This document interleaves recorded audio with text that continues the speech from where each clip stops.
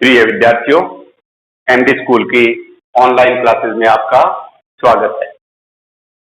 तो अपना जो टॉपिक चल रहा है रिप्रोडक्टिव सिस्टम इन ह्यूमन, मानव में जनन तंत्र, और उसी में हम विशेष रूप से हमने जो पिछले वाला एपिसोड नंबर 1 निकाला था वो था मेल रिप्रोडक्टिव सिस्टम, नर जनन तंत्र। तो नर जनन तंत्र का नामांकित चित्र बनाया हमने और उसके विभिन्न भागों का विस्तार से वर्णन भी किया था। डायग्राम को लेबल पूरा कंप्लीट उसको स्टडी कर लिया।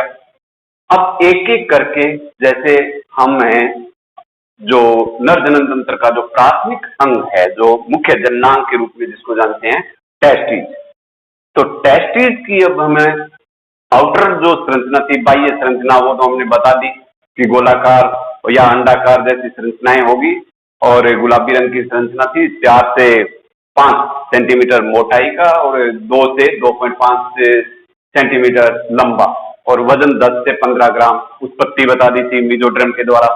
आज हम टेस्टिस की आंतरिक संरचना का अध्ययन करेंगे। तो आंतरिक संरचना की बात करें तो दो तरह से हम आंतरिक संरचना का अध्ययन करते हैं। जैसे जनरली राजस्थान बोर्ड के अंदर जो क्वेश्चन आता है कि वर्षन की आंतरिक संरचना का चित्र बनाते हुए इसके विभिन्न भागों का वर्णन कीजिए। तो आंतरिक संरचना की बात करें तब हम कौन सा डायग्राम लेंगे? LS of testis, longitudinal section या अनुदैर्ध्य काट। अनुदैर्ध्य काट के द्वारा हम वर्षन की आंतरिक संरचना का एक जो प्रैक्टिकल जो वर्क है हमारा, उसके अंदर टीएस दी गई है, टीएस ऑफ ए टेस्टिस, अनुप्रस्थ काट। तो अनुप्रस्थ काट जब बनाते हैं तो उसमें हम सप्रमेटोजेनेसिस यानी शुक्र जनन की प्रक्रिया के द्वारा शुक्राणु निर्माण की प्रक्रिया दिखाते हैं उसके अंदर। तो सबसे पहले पढ़ते हैं हमें एलएस ऑफ ए टेस्टिस, उसका डायग्राम बनाते हैं और बाहर से अंदर की तरफ उसको क्रमबद्ध रूप से अध्ययन करेंगे।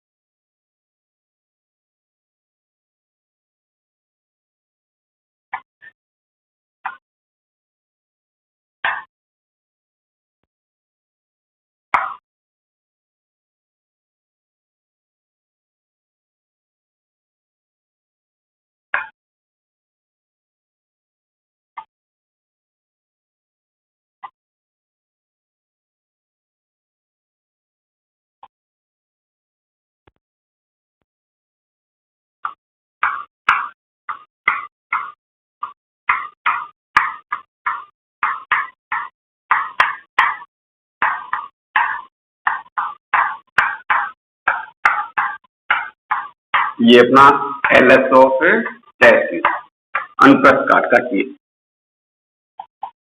इसके अंदर उलन बना देते हैं, नलिकाएं एपिडिडिमिस इसके अंदर।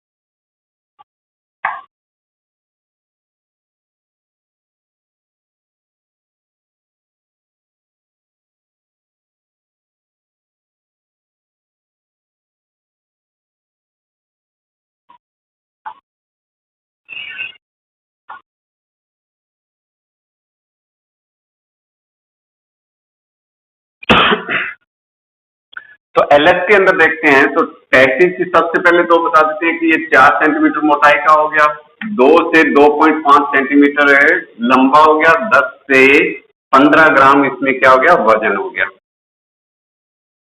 टेस्टिस के एलएस कार्ड में हम बाहर से अंदर की तरफ अध्ययन करते हैं तो बाहर से अंदर की तरफ 2 मोटे आवरण पाए जाते हैं जो दोनों मिला के वसन, संपुट या टेस्टिकुलर कैप्सूल बनाते हैं, जिसमें से सबसे जो पहले बाहरी जो स्तर है इसको नामांकन कर देते हैं, ये कहलाएगा ट्यूनिका वेजिनलिस।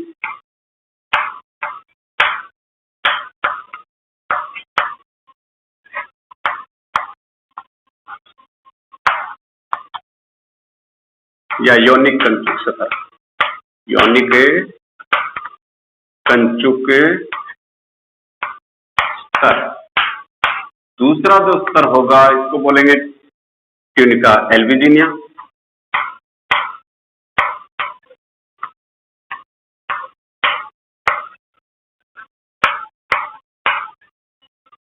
दोनों को मिला के बोल देंगे टेस्टिकुलर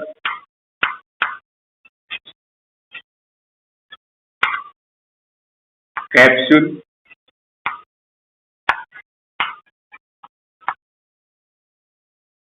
इसके बाद में एक इसमें सेप्टम बच जाएगा, इनको अनुप्रस्थ बोल देंगे।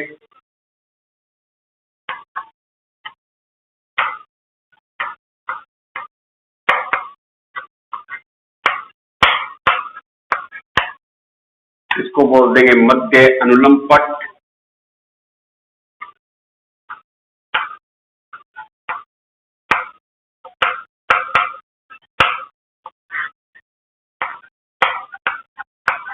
या मीडियास्टिनम टेसिस।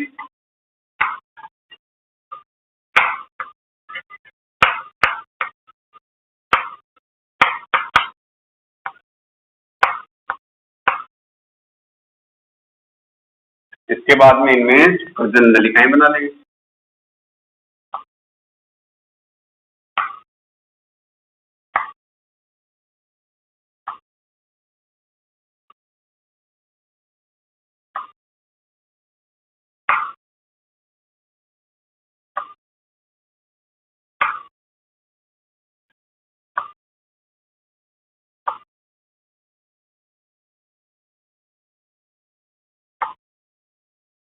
एक से 3 होगी इनकी संख्या एक कोष्टक के अंदर, कहीं 3 बना लेंगे, कहीं 2 बना देंगे।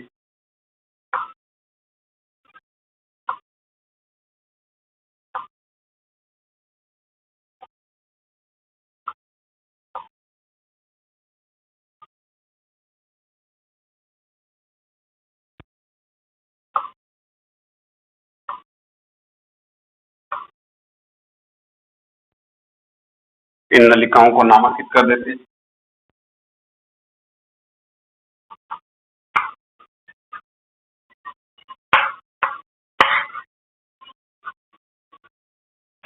Manifest ट्यूब्यूल,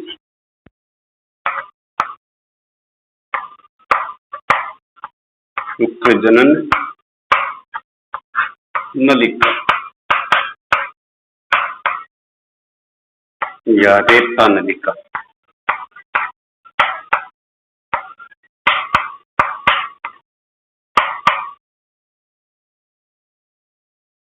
इनको रेड टेस्टिस, वसन जालक।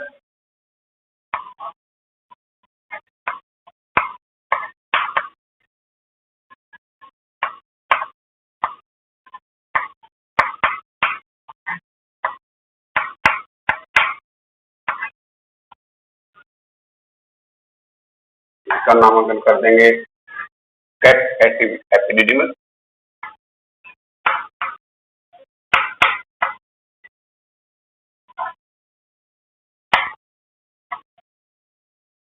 यहां से नलिकाएं निकाल देंगे।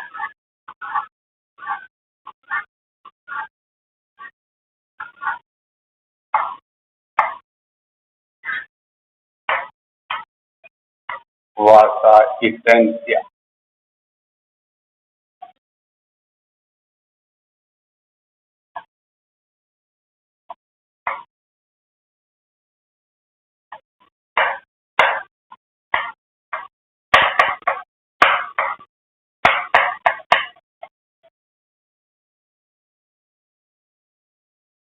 body of epithelium.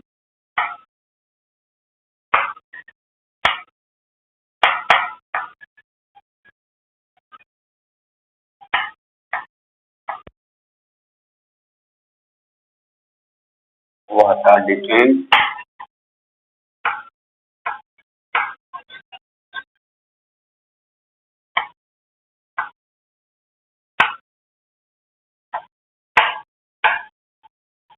शुक्रवाहिनी,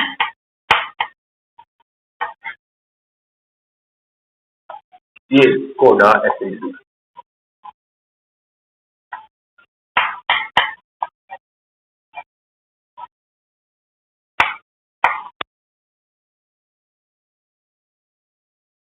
हाँ, तो ये अपना डायग्राम हो गया एलएस ऑफ टेस्टिस, वर्षण की अनुदैर्ध्य काट. अब इस अनुदैर्ध्य काट के अंदर हम अध्ययन करते हैं कि अनुदैर्ध्य काट से जब वर्षण की आंतरिक संरचना का अध्ययन करते हैं तो बाहर से अंदर की तरफ हमें दो स्पष्ट आवरण दिखाई देते हैं. इन्हीं दोनों आवरणों को संयुक्त रूप से क्या बोलते हैं? Testicular capsule. क्या बोल देंगे? टेस्टिकुलर कैप्सूल या वर्षण संपुट है. अब वर्षण संपुट या कैप्सुलर टेस्टिस का जो बाहरी स्तर है, इस स्तर को कहते हैं ट्यूनिका वेजिनलिस. ट्यूनिका वेजिनलिस का तात्पर्य ये हो गया कि जो हमारी एब्डोमेन या जो उदर गुहा होती है, उदर गुहा का जो आंतरिक स्तर होता है उसको हम बोलते हैं विसरल पेरिटोनियम, आंतरांग स्तर या विसरल पेरिटोनियम. और उदर गुहा के बाहरी स्तर को क्या बोलते हैं? पेराइटल पेरिटोनियम, बीपीए पेरिटोनियम हो जाएगी. तो उदर गुहा का आंतरिक स्तर जिसको क्या कहा है? Visceral peritoneum. तो विसरल पेरिटोनियम के वलन के द्वारा या फोल्ड के द्वारा ही टेस्टिस का बाह्य स्तर का क्या होता है? निर्माण होता है, जिसको हम क्या बोलते हैं? ट्यूनिका वेजिनलिस या योनिक कंचुक स्तर कह देते हैं, जो कि मोटा आवरण होता है. इसके अंदर जो आवरण पाया जाता है उस आवरण को ट्यूनिका एल्बुजिनिया कह देंगे. ट्यूनिका एल्बुजिनिया या इसको श्वेत कंचुक भी बोलते हैं. ट्यूनिका एल्बुजिनिया या श्वेत कंचुक.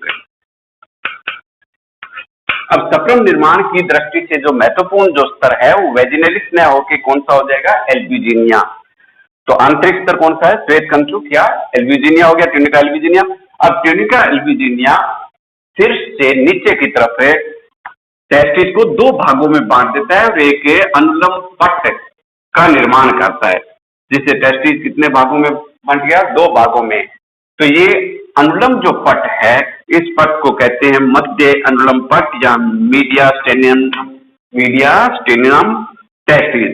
तो मध्य अनुलम पट की उत्पत्ति किसके द्वारा होती है? ट्यूनिका वेजिनलिस. ट्यूनिका वेजिनलिस टेस्टिस के अंदर की तरफ धंसकर एक अनुलम पट बनाता है. इस पट को क्या बोल दिया हमने? मीडियास्टिनम टेस्टिस, मध्य अनुलम पट, जिसके द्वारा टेस्टिस कितने भागों में बंट गया? दो भागों में. आगे का जो भाग है इसको बोलते हैं अग्रभाग और जो पीछे का जो भाग है उसको क्या बोल देंगे? पृष्ठभाग. अग्रभाग अधिक मोटाई का होगा और पृष्ठभाग क्या हो जाएगा? कम में मोटाई का. इसी दौरान क्या होता है कि ट्यूनिका एल्बुजिनिया के द्वारा ही टेस्टिस के अंदर छोटे छोटे सेप्टम और बन जाते हैं. अंतर भाग में छोटे छोटे सेप्टम और बनेंगे. वो सेप्टम या जो पट बनेंगे वो अनुप्रस्थ बनेंगे, इसलिए इनको कौन से पट बोलते हैं? अनुप्रस्थ पट या वर्षण पट्टियां भी बोलते हैं. अनुप्रस्थ पट या वर्षण पट्टियां. वर्षण पट्टियां बनने के कारण टेस्टिस का जो अग्र भाग है छोटे छोटे कोष्ठकों में या शंक्वाकार कोष्ठकों में या लोब्यूल में बढ़ जाता है. और इन कोष्ठकों की संख्या लगभग 250 से कितनी हो सकती है? 300 के आसपास क्या पाए जाते हैं? शंक्वाकार कोष्ठक पाए जाते हैं. और प्रत्येक कोष्ठक के अंदर ही कुछ विशिष्ट प्रकार की कुंडलित नलिकाकार संरचनाएं पाई जाती है. इन कुंडलित नलिकाकार संरचनाओं को बोल देंगे हम, जैसे यहाँ नामांकन किया गया है, सेमनीफेरस ट्यूब्यूल या शुक्र जनन नलिका या रेता नलिका. तो शुक्र जनन नलिका या रेता नलिका किस भाग के अंदर उत्पन्न हुई है? अग्र भाग में. कहां पे? शंक्वाकार पिंडों में. और प्रत्येक पिंड के अंदर इनकी संख्या कम से कम एक और अधिकतम कितनी हो जाएगी? 3-3. तो हमने यहाँ कितनी कितनी बना रखी है? 3-3 शुक्रजन नलिकाएं. कहीं पे 2 बना दी, कहीं पे 3 बना दी. तो कम से कम एक और अधिकतम कितनी शुक्रजन नलिकाएं? 3. सेमिनिफेरस ट्यूब्यूल्स पाई जाती है। और इन शंक्वाकार पिंडों की संख्या कितनी होती है? 250 से 300। तो लगभग एक टेस्टिस के अंदर सेमिनिफेरस ट्यूब्यूल्स की जो टोटल संख्या होती है वो लगभग 750 के आसपास हो जाएगी।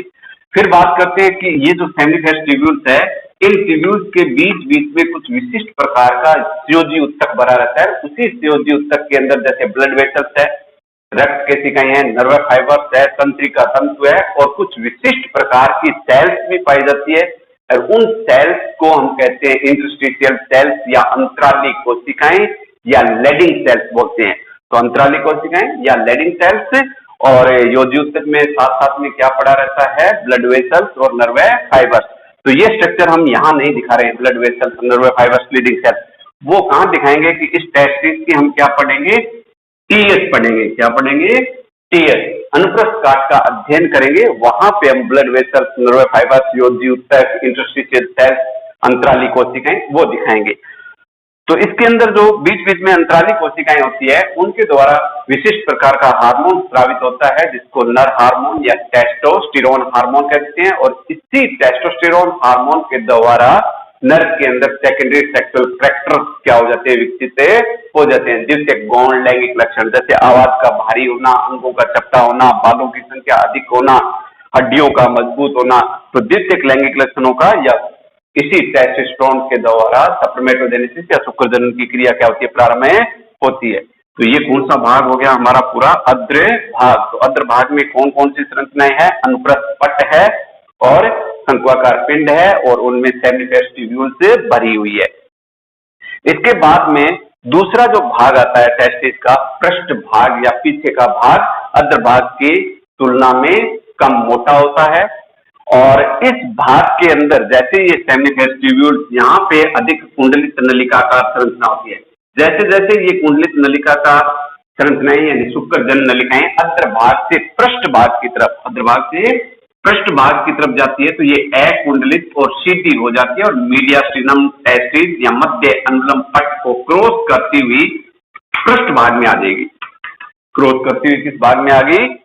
पृष्ठ भाग में। पृष्ठ भाग में आके ये सेमिनिफेरस ट्यूब्यूल नलिकाएं एक दूसरे के साथ अंतर्ग्रंथित होके और जाल का निर्माण कर लेती है। उस जाल को कहते हैं रेट टेस्टिस या वर्षण जालक है। तो यहाँ पे अकुंडलित हो जाएगी, एक दूसरे के साथ इकट्ठी हो जाएगी और रेट टेस्टिस या वर्षण जालक का क्या करती है? निर्माण करती है। फिर देखो कि ये जो रेट टेस्टिस या वर्षण जालक है, वर्षण जालक से ही यहाँ पे जो शुक्रजन नलिकाएं हैं उससे 15 से 20 के आसपास है, 15 से 20 के आसपास कुछ छोटे नलिकाएं निकलती है जो इन शुक्रजन नलिकाओं के अंदर शुक्र जनन या स्पर्मेटोजेनेसिस की क्रिया के द्वारा जो शुक्राणु बनते हैं उन शुक्राणुओं को वर्षण जालक वाले भाग से एक्सक्रीट करके, ये वासा इफ्रेंसिया एक्सक्रीट करके और एपिडिडिमस या अधिवर्षण के शीर्ष भाग में खुल जाती है। और शीर्ष भाग को क्या कहते हैं? कैट एपिडिडिमस। शीर्ष अधिवर्षण के अंदर कौन सी वासा इफ्रेंसिया या शुक्र वाहिकाएं या इनको अपवाही नलिकाएं भी कहते हैं। इन अपवाही नलिकाओं की संख्या लगभग कितनी होती है? 15 से 20। उत्पत्ति किस भाग से हुई? पृष्ठ भाग से। कहां पे जाके खुलती है? अधिवर्षण के शीर्ष भाग में। अब जैसे ये साथ में ही एलएस काटते हैं तो उसके अंदर भी एक कुंडलित नलिकाकार संरचना भी साथ में चिपकी रहती है। इस कुंडलित नलिकाकार संरचना को पूरी को क्या बोलते हैं? एपिडिडिमस, अधिवर्षण। जो पीछे वाले टॉपिक के अंदर हमने क्लियर कर दिया था कि एपिडिडिमस है वो कुंडलित नलिकाकार संरचना है। ह्यूमन के अंदर लगभग ये कुंडलन जो होते हैं कितने मीटर के? लगभग 6 मीटर के। रैबिट या खर्रा के अंदर 3 मीटर के। और ये कुंडलित नलिकाएं आपस में स्योजी उत्तक के द्वारा जुड़ी रहती है। तो यहाँ पे जो एपिडिडिमस का जो डायग्राम इसके साथ में दिख रहा है, इसका एपिडिडिमस का शीर्ष भाग और पुच्छक भाग कैट एपिडिडिमस और कोडा एपिडिडिमस तुलनात्मक रूप से अधिक मोटे होते हैं और इसका लेटरल या जो पार्श्वीय भाग है जो एपिडिडिमस की काय या बॉडी का निर्माण करता है जिसको कॉर्पस एपिडिडिमस या बॉडी ऑफ एपिडिडिमस कहते हैं, जो कि नैरो या क्या होता है? संकरा होता है। तो कैट के अंदर ये आके वासा इफ्रेंसिया खुल जाती है। इसके बाद में जो अपना आगे का जो टॉपिक होगा उसके अंदर हम टेस्टिस की कौन सी कास्ट का अध्ययन करेंगे? टीएस का। ये कौन सी होगी? ये एलएस है और वो कौन सी होगी? टीएस है। Thank you.